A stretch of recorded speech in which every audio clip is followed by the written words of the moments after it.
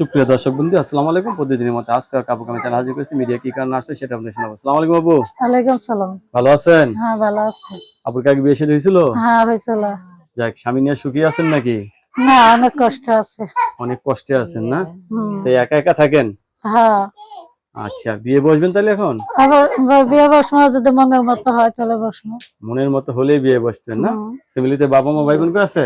আছে, বাবা আছে, মা আছে, ভাই আছে, এদের বাবু নিয়ে থাকা আছে। হয় না? এদের কাছে থাকেন, আলাদা থাকেন? হাতের কাছেই থাকি।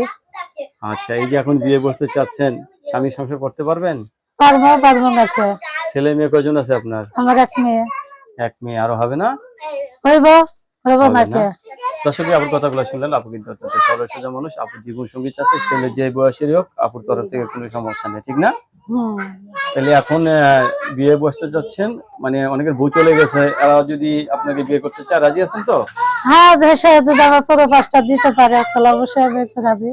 আপনার কাছে ধন্যবাদ আমার চ্যানেল সম্বন্ধে জন্য। পরবর্তী ভিডিওর জন্য অবশ্যই করতে পারবেন।